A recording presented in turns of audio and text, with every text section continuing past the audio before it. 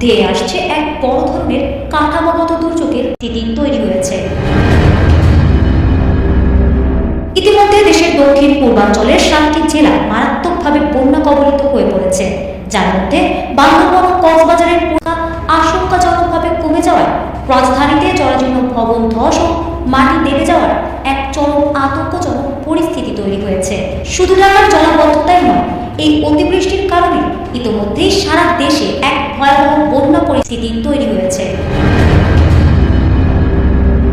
ইতিমধ্যে দেশের দক্ষিণ পূর্বাঞ্চলের 7টি জেলা মারাত্মকভাবে বন্যা কবলিত হয়ে পড়েছে, যার মধ্যে বান্দরবান ও কক্সবাজারের পরিস্থিতি সবচেয়ে ভয়াবহ। দুই অঞ্চলেই লাখ লাখ মানুষ পানিবন্দী হয়ে পড়েছেন এবং কক্সবাজারের রোহিঙ্গা ক্যাম্পগুলোতে পাহাড় ধসে ভয়াবহ মৃত্যুর ঘটনাও ঘটেছে। কিন্তু এই নজিরবিহীন ও ভয়াবহ পরিস্থিতির নেপথ্যে কি?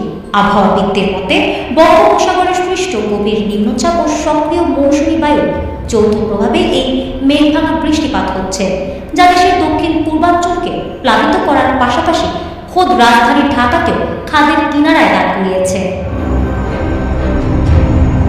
নগর জলবায়ু বিশেষজ্ঞরা সতর্ক করেছেন, এই বৃষ্টির ফলে রাজধানীতে এক অপূরণীয় ক্ষয়ক্ষতির আশঙ্কা তৈরি হয়েছে।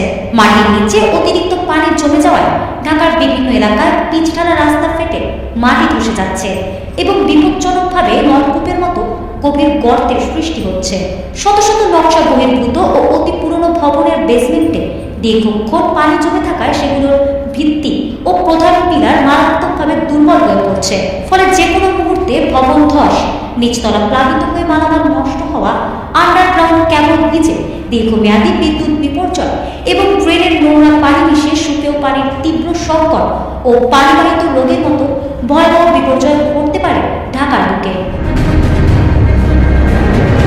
আবহাওয়া দপ্তরের পূর্বাভাস অনুযায়ী এই দুর্যোগপূর্ণ আবহাওয়া ও অতি ভারী বৃষ্টি আরো অন্তত 2 দিন স্থায়ী হতে পারে বা তারও বেশি।